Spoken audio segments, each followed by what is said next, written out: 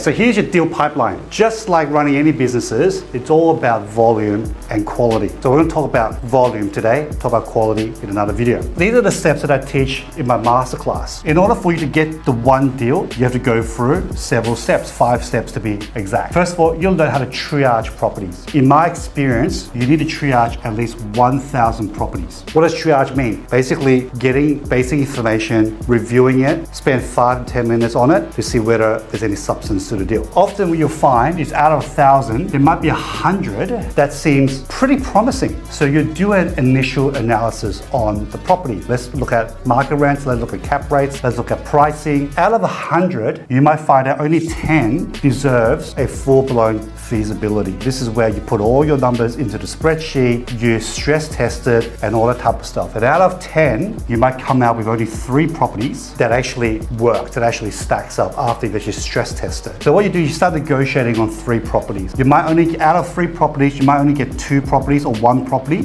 1 to 2 properties that gets accepted, and then you do your due diligence. And then out of the 2 properties, only one of them might pass because you might find some problems during your due diligence. That's the commercial law of 1,000 to 1 ratio. So you'll learn to triage 1,000 properties in order for you to get the one deal. Now, so how do you keep this number high? Where do you get your deals from? There are 3 main sources of deal flow, and if you can master it, your pipeline will always be full. Number 1, deals are gonna come from agents. They come from real estate agents. They're on the ground all the time. So if you build good relationship with real estate agents, they're gonna feed you opportunities. Number 2 is from your contacts or network. So maybe it's your accountant, maybe it's your lawyer, maybe someone that you met at a business lunch, always talking about property. They might bring you a deal through conversation. Say, hey, John, I know about this property. It's not for me, but maybe it's for you. So keep your network and contacts high.